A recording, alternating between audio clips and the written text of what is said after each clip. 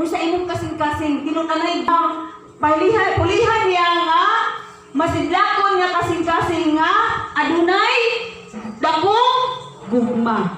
No? Ingon ana, ang mahimo sa Dios diha kanimo, nga ang kahayag maoy mosidlak sulod sa imong kasing-kasing. No?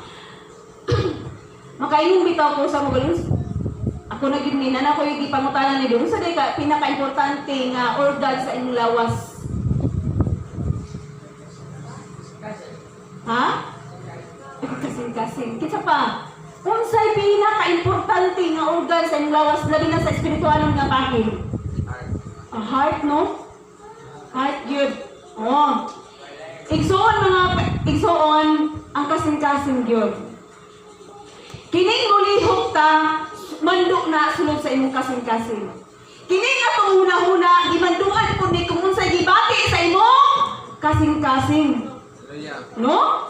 Mao din kasing-kasing yung naadis tunga. No?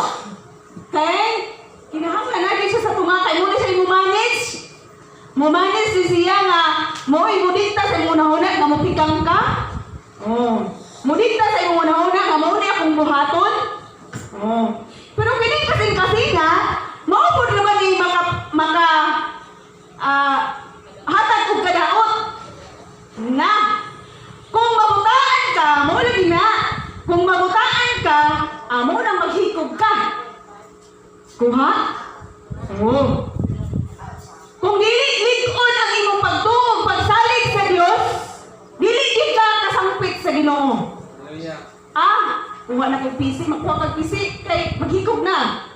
Pero, kung naa ka sa diha sa Dios, magbalik ka doon sa iya ha, makamata ka. Mangulog yun ka. Uy, dili ka ni mga yung gibuhat, uy.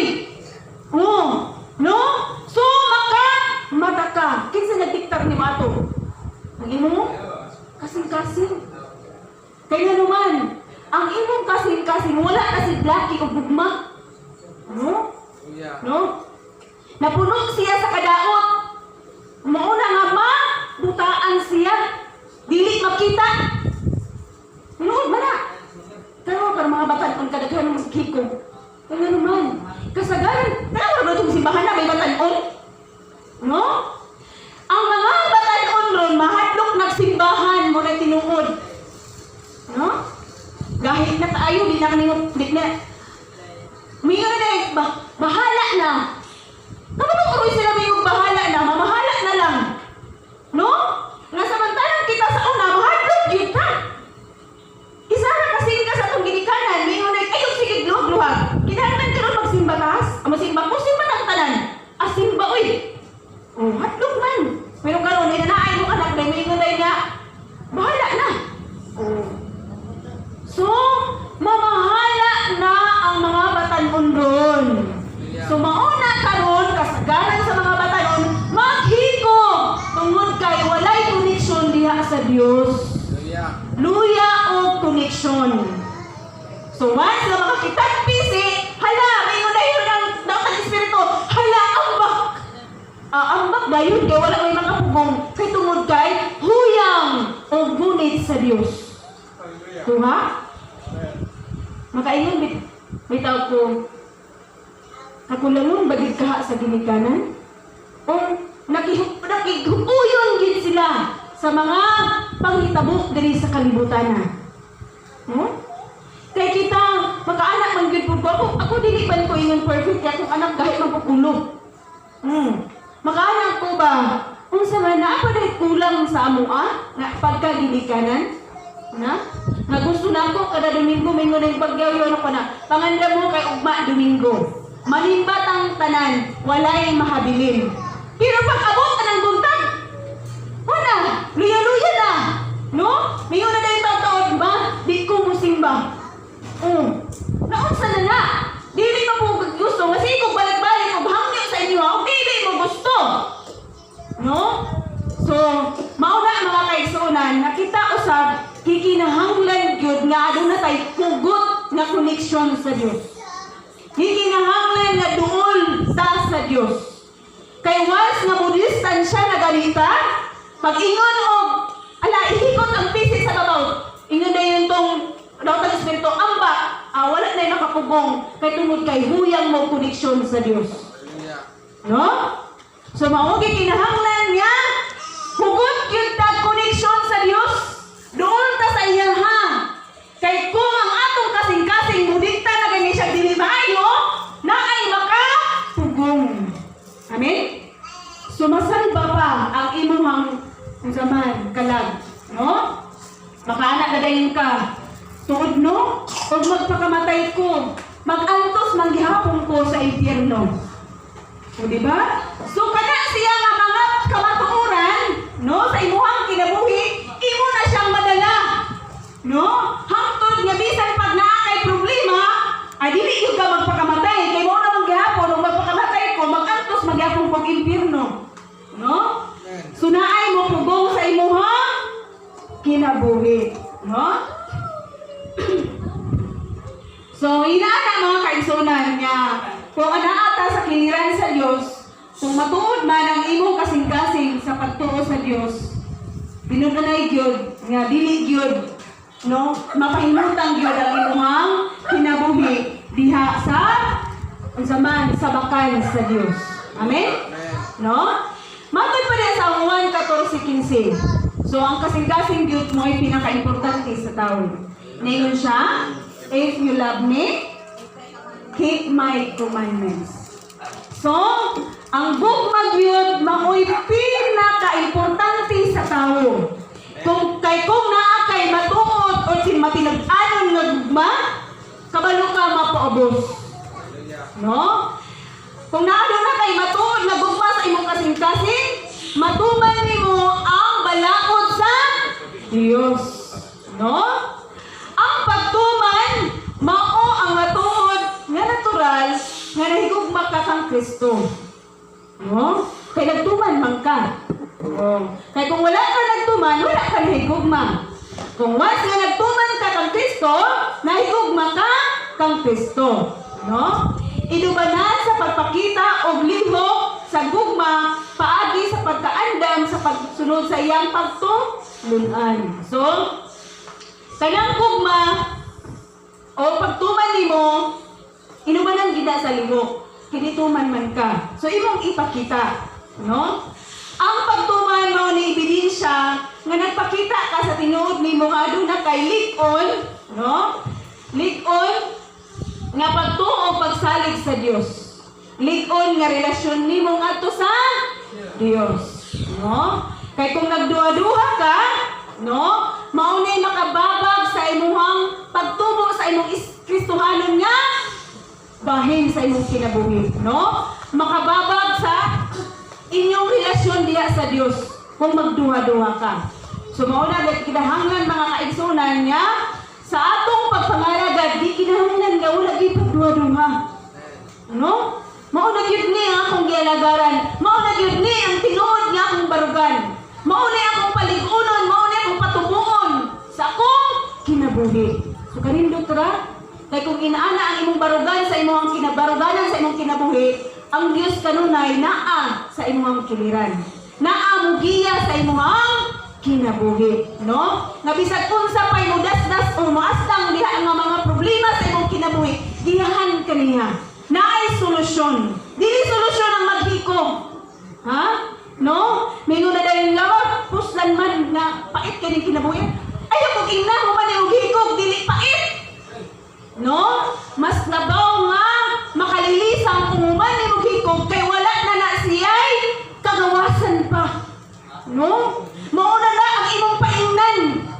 No? Mas makalilisang pa kung imo na himuon.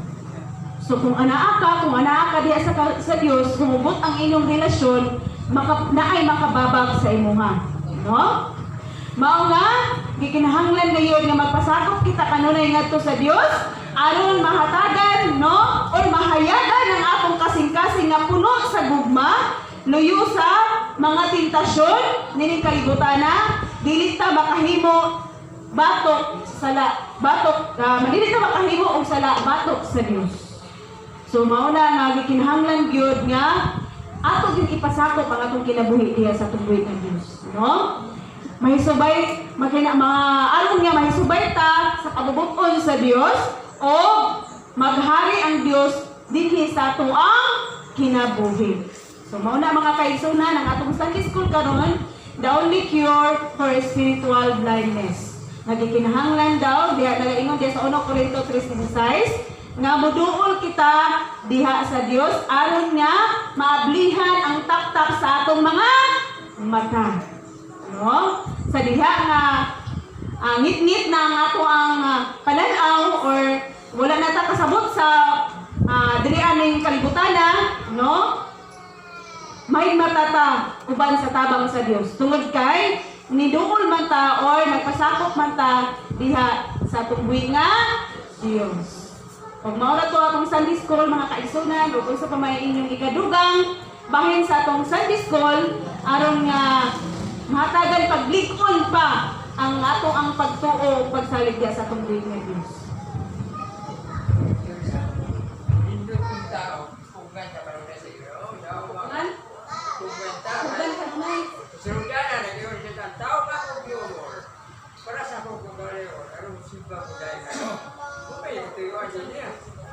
Jadi ang tao na kay puro sa kasikasin na sagdan man niya ato kasikasin ato kasikasin na may kapot ay kahadlok kalipay kaya kasuko mga ato kasikasin katong pagurumong mga buhat kita lagi taso pugay dito